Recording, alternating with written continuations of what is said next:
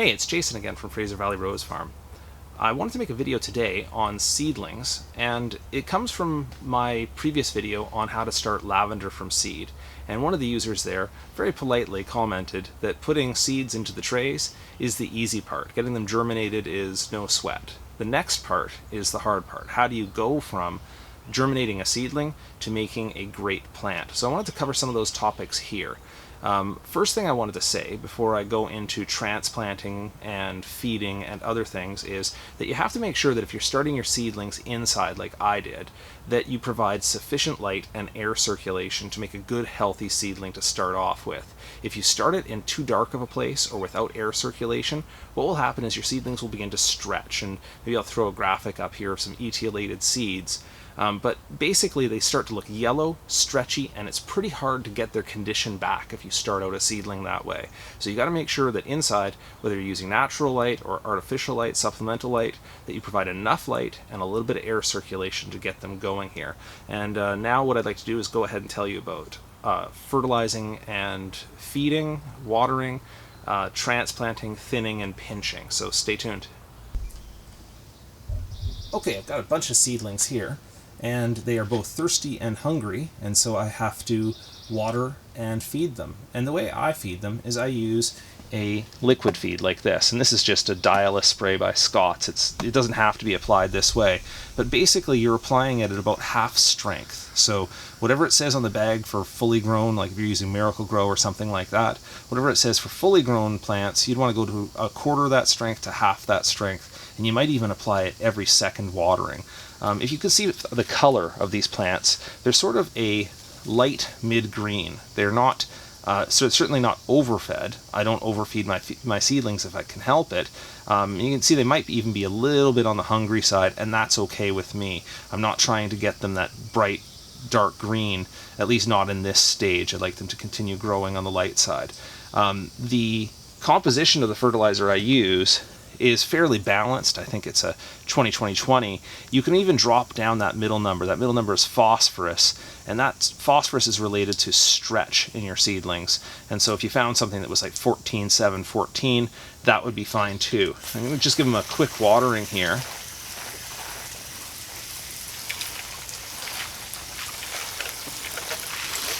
Now the reason I choose liquid feed is for best control.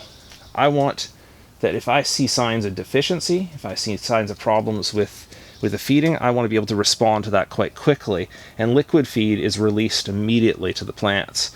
Now you can use organics, and that's fine, but if you use organic fertilizers, the thing you have to remember is that it usually relies on soil organisms to break it down, to make it available to the plants. And because this soil starts out sterile, it doesn't have a lot of those soil organisms. Plus, I want the best possible control. I want to be able to feed it when I want to feed it. I don't want to have to wait for those soil organisms to do that work for me. So in my case, I choose the chemical liquid feed. If you're committed to the organic approach, and that's totally fine, good choice for you there, then just make sure that you get the best possible advice on a liquid feed that's going to be immediately available to your seedlings and not have to wait for those soil organisms to break them down, because I think you get better control that way. A word or two on transplanting here. You can transplant your seedlings when they're small and just able to be handled by the roots, or you can wait until they fill up a whole tray. And the way to get them out from the tray is just to squeeze lightly from the bottom or push lightly from the bottom to move the plug up, and then pull them up so you don't do too much damage to the roots. See, this here is nice and well rooted, so that's just about perfect for transplanting. And in the pot here, you do something called dibbling, which is just to make a hole that's about the size of the plug, push it in, and don't forget to label. The soil I'm using in there, unlike the seedling soil that I used in the tray, which has no fertility in it, no fertilizer. In this soil here, I've incorporated a slow-release fertilizer. You can see that's sold under trade names like Osmocote or Multicote or Floracote. Coat is usually the term they use to say that it has some coating on the outside of the fertilizer to control its release. So a slow-release fertilizer in the potting mix helps it to give a baseline of fertilizer to help it grow, and you don't have to feed it by liquid feed so much. As we're talking about transplanting, one thing I mentioned in my lavender video is that I can, by mistake, drop in more than one seed into a cell. And so, in response to that, when you're doing your transplant, I'm pulling one out here, you can see that this one here has 1, 2, 3 lavender seedlings. Now you can go ahead and transplant just like that, and you'll still end up with a respectable pot of lavender. Or if you'd prefer to get more plants, just very gently here, I'm going to try to do it slowly so you can see that I'm not doing any damage. You just pull them apart. So you have 1, you have 2, and you have 3 different plants there.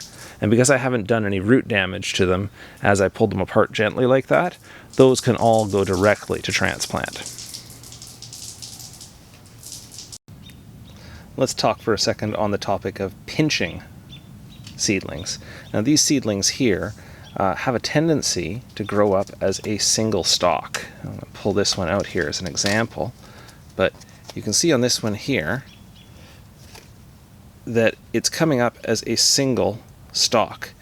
And on many annuals and perennials, you'll want them to go up as multiple stalks, or you'd like them to branch down low so that you get more flowers. So pinching is what you do is you just grab it between your thumb and forefinger and pinch.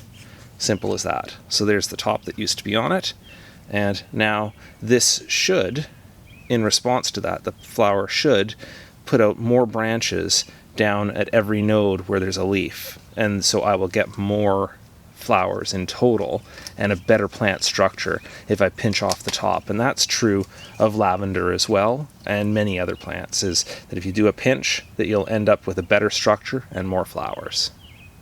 Alright, that covers all of my initial thoughts on how to grow great plants from those early stages of seeding. If you have any other questions on this topic or other topics related to growing seedlings, please let me know, drop those in the comments of the video, and thanks so much for watching.